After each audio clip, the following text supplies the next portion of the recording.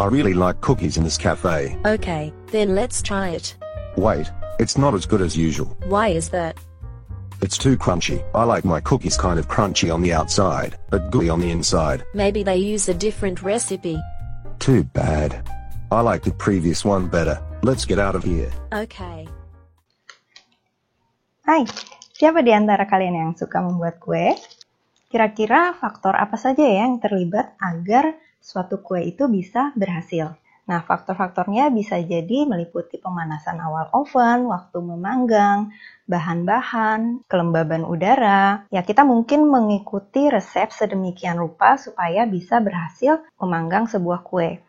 Nah, artinya di sini ada seseorang yang sebelum kita yang telah melakukan eksperimen sebelumnya ya, untuk menentukan komposisi yang pas supaya dapat menghasilkan kue yang enak.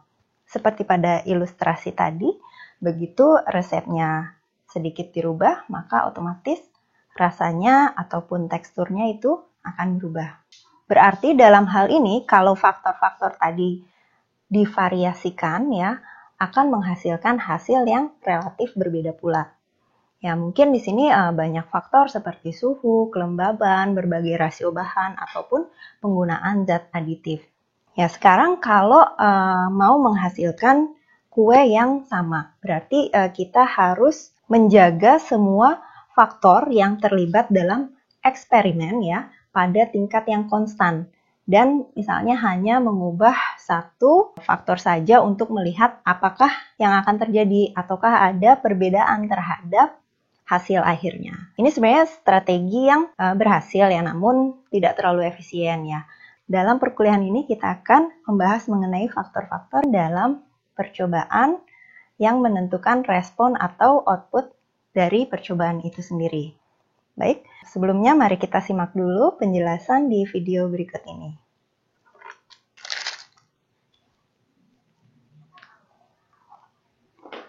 Ya, tadi merupakan salah satu bentuk ilustrasi dari percobaan atau eksperimen ya yang dilakukan dalam kehidupan sehari-hari. Oke, contoh lain percobaan yang biasa dilakukan ini ada di dunia kesehatan ya. Misalnya ingin dicobakan dosis yang paling tepat untuk menyembuhkan penyakit tertentu ya. Apakah cukup 1 obat saja atau perlu 2 obat atau 3 obat ya.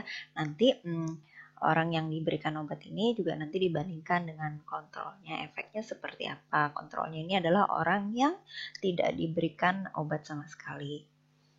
Nah, contoh lain percobaan yang dilakukan di dunia pertanian ya, misalkan di sini suatu tanaman kita kasih pupuk X ya dalam percobaan ini.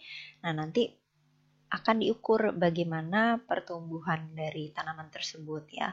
Jumlah daunnya, kemungkinan tinggi tanamannya, atau jumlah buah yang dihasilkan ya. Nah, kalau dalam percobaan ini peubah-peubah yang bisa dikontrol antara lain jumlah air yang diberikan, jumlah pupuk jenis lain, kalau memang ada diberikan kepada tanaman tersebut, dan juga cahaya matahari yang diperoleh oleh masing-masing tanaman. Ya, dari ketiga ilustrasi tadi kita lihat ya pada percobaan pertama kita mengontrol semua faktor kecuali misalkan terigunya atau tepungnya. Sedangkan pada percobaan kedua, kita cobakan macam-macam dosis obat, lalu kita bandingkan dengan pasien yang tidak diberikan obat sama sekali.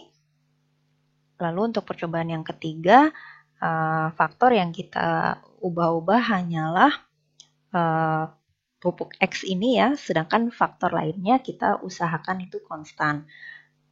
Nah, di sini terlihat kalau kita sudah berusaha melakukan perancangan terhadap suatu percobaan supaya nanti perubahan yang terjadi pada respon itu benar-benar merupakan efek dari faktor-faktor yang kita cobakan tadi. Baik, kita langsung masuk ke materi ya. Pokok bahasan ini mengenai data collection, khususnya perancangan percobaan atau experimental design.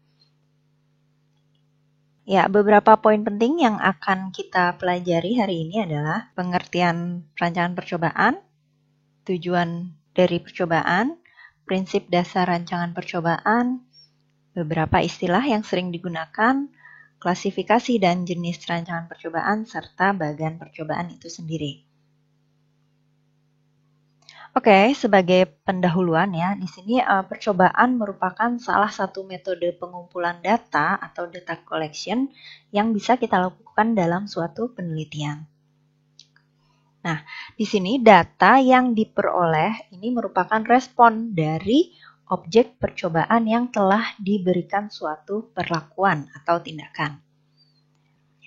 Dalam percobaan perlu dilakukan perancangan agar diperoleh data yang valid sehingga kesimpulan yang diperoleh itu akurat atau tidak berbias dan presisi, di mana tingkat ketelitiannya cukup tinggi. Ya, dengan demikian perbandingan metode pengumpulan data percobaan dengan hasil observasi atau survei atau administrasi arsip dapat diringkas pada tabel berikut. Ya, ini ada beberapa komponen yang bisa kita bandingkan, mulai dari datanya seperti apa, objek penelitiannya, sampai dengan lingkungan dari pengambilan data tersebut. Ya, pada perancangan percobaan ya, di sini datanya tuh belum tersedia di lapangan, sehingga harus dibangkitkan yang berupa respon. Sedangkan dalam survei ya atau observasi ini biasanya datanya ini sudah tersedia di lapangan ya. Tinggal kita mengumpulkan saja datanya melalui interview atau melalui pengamatan dan sebagainya. Lalu yang kedua, masalah objek penelitian. Nah, pada saat melakukan percobaan, kondisi objek harus serba sama. Kalau bisa sehomogen mungkin. Setelah itu, nanti kita memberikan tindakan yang di sini disebut sebagai perlakuan terhadap objek pengamatan tadi. Oke, pada observasi atau survei, kondisi objek biasanya beragam dan di sini tidak diberikan tindakan apa-apa. Kita hanya mengamati apa adanya saja sesuai dengan kondisi data di lapangan. Yang ketiga, mengenai lingkungan ya. Untuk percobaan, di sini ada yang namanya pengendalian kondisi lingkungan. Sedangkan pada observasi atau survei itu pengendalian lingkungan secara langsung itu tidak ada. Apa itu rancangan percobaan? Ya, jadi rancangan percobaan ini merupakan suatu uji ya, atau sederetan uji di mana suatu proses atau sistem mengakibatkan terjadinya perubahan yang cukup berarti dari variabel input yang dapat kita amati melalui respon yang muncul. Oke, selain itu, perancangan percobaan juga bisa didefinisikan sebagai perencanaan atau planning suatu percobaan untuk memperoleh informasi yang relevan dengan tujuan dari penelitian. Nah, dengan demikian, berdasarkan definisi di atas, perancangan percobaan ini meliputi beberapa hal. Yang pertama itu penentuan uji atau sederetan uji yang nantinya disebut sebagai perlakuan. Lalu yang kedua adalah proses menata percobaan di lapangan. Lalu yang ketiga adalah proses pengukuran responnya. Ini yang merupakan pengaruh dari uji yang akan diterapkan. Ya, secara umum ada beberapa tujuan dari rancangan percobaan. Yang pertama, kita memilih peubah terkendali atau X ya. X yang mana ini yang paling berpengaruh terhadap respon. Atau di sini kita beri lambang Y. Lalu yang kedua adalah memilih gugus peubah X yang paling mendekati nilai harapan Y. Setelah itu, tujuan lainnya adalah memilih gugus peubah X yang menyebabkan keragaman respon yang paling kecil. Yang keempat, tujuannya adalah memilih gugus peubah X yang mengakibatkan pengaruh peubah tak terkendali yang paling kecil. Oke, kita lihat ini skema proses secara umum ya. Jadi yang pertama itu ada input. Contoh input di sini, kalau percobaannya berupa penanaman jenis tanaman tertentu ya. Di sini inputnya adalah tanaman komoditi tertentu yang akan kita teliti. Di sini misalnya ada padi, jagung, ketela pohon dan lain-lain. Lalu masuk ke prosesnya ya, proses percobaan itu sendiri ada yang namanya faktor terkendali, ada yang tidak terkendali. Nah, kalau faktor terkendali ini sesuatu yang bisa kita atur, atau yang tadi misalnya disebut sebagai perlakuan.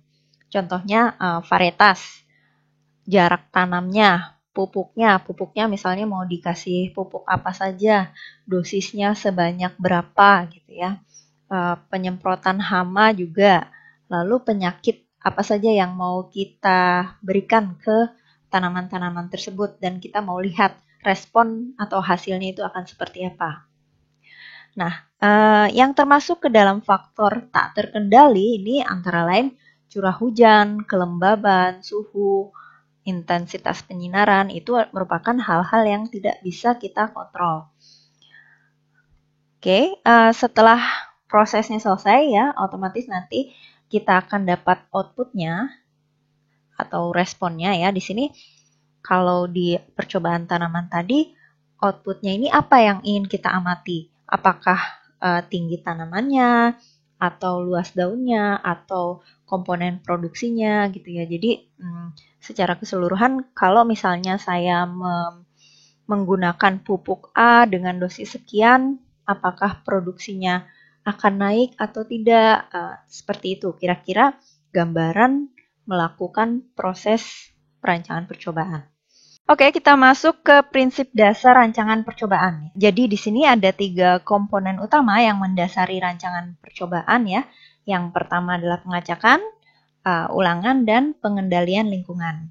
Ya, jadi dalam pengacakan ini artinya setiap unit percobaan memiliki peluang yang sama untuk diberikan suatu perlakuan.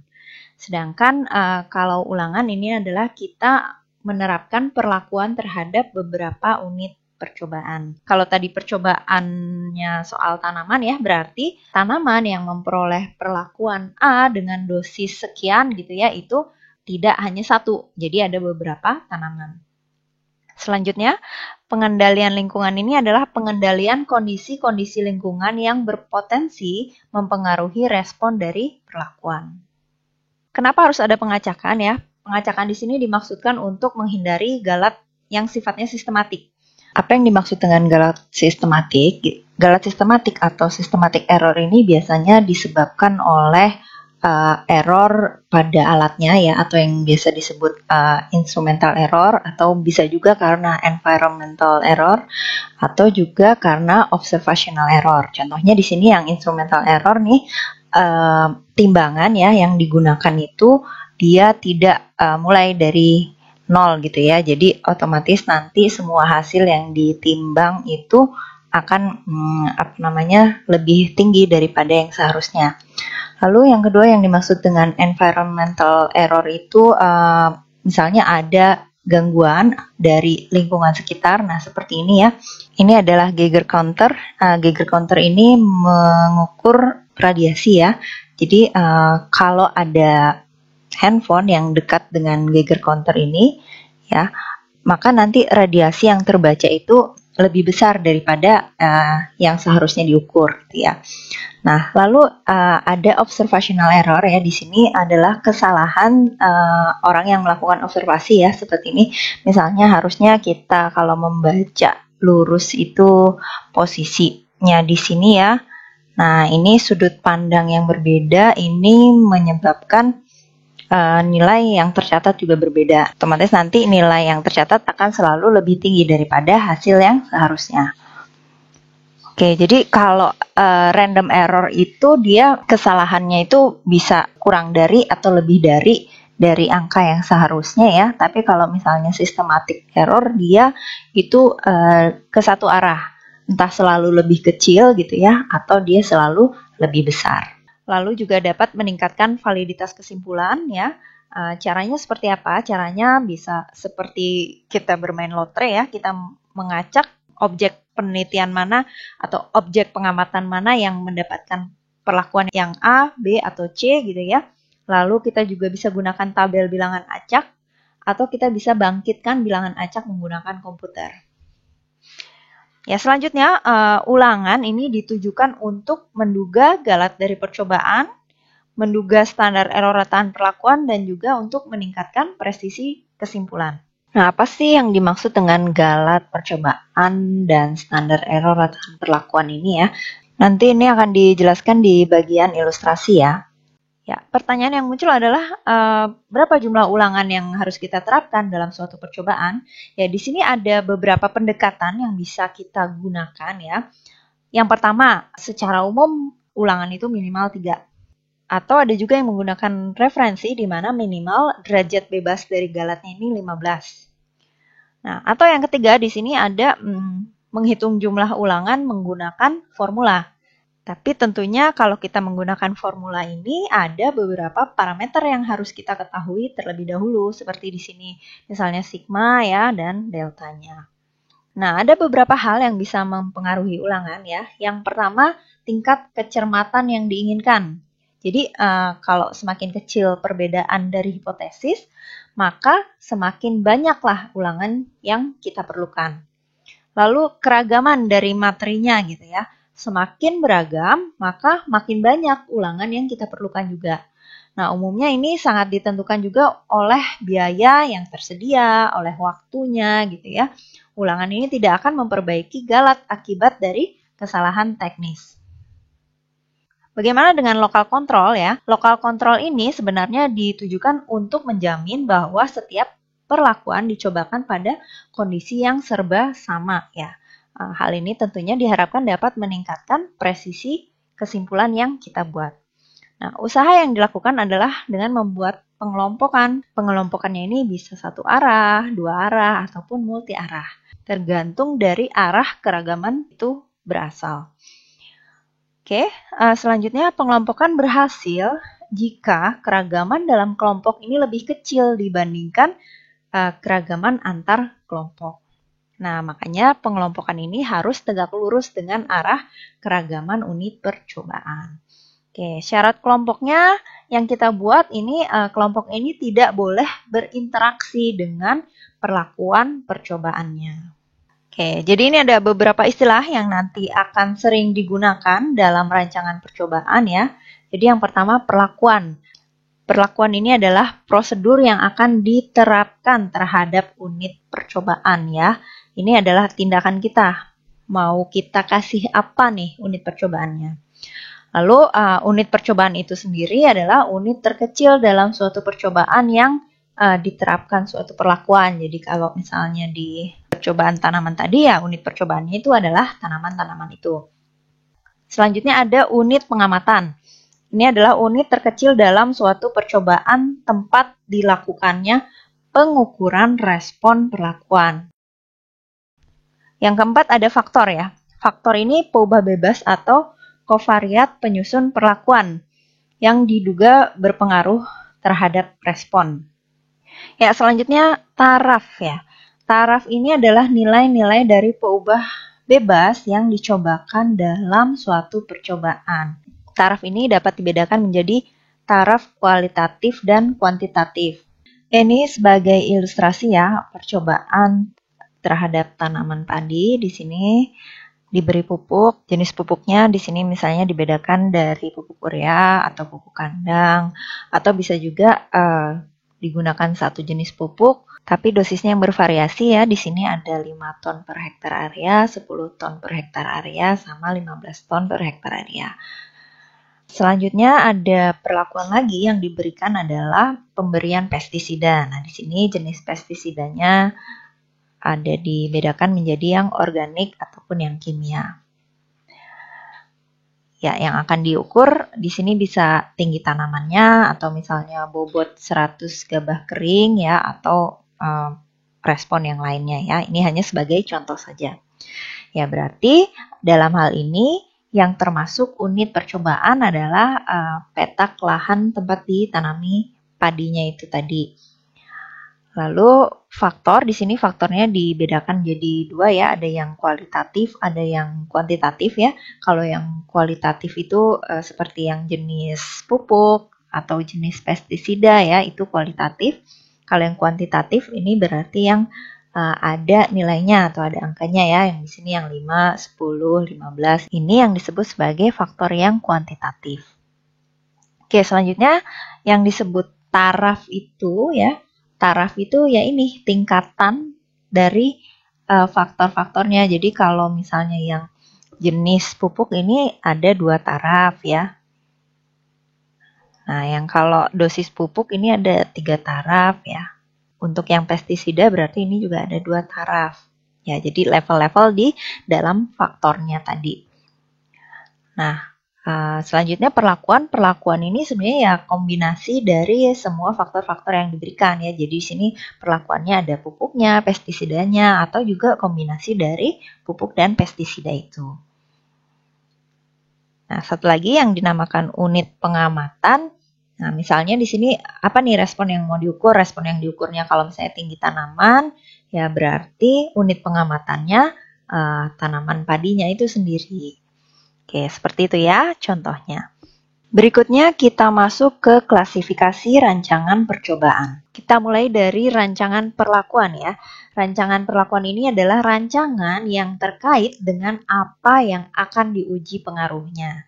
Ya, di sini nanti ada rancangan yang menggunakan faktor tunggal ya, atau rancangan yang sifatnya multifaktor ya. Ini biasanya ada di rancangan faktorial, tersarang, split plot, split block, dan lain-lain. Macam-macam rancangan ini tidak akan kita bahas dulu di perkuliahan hari ini ya.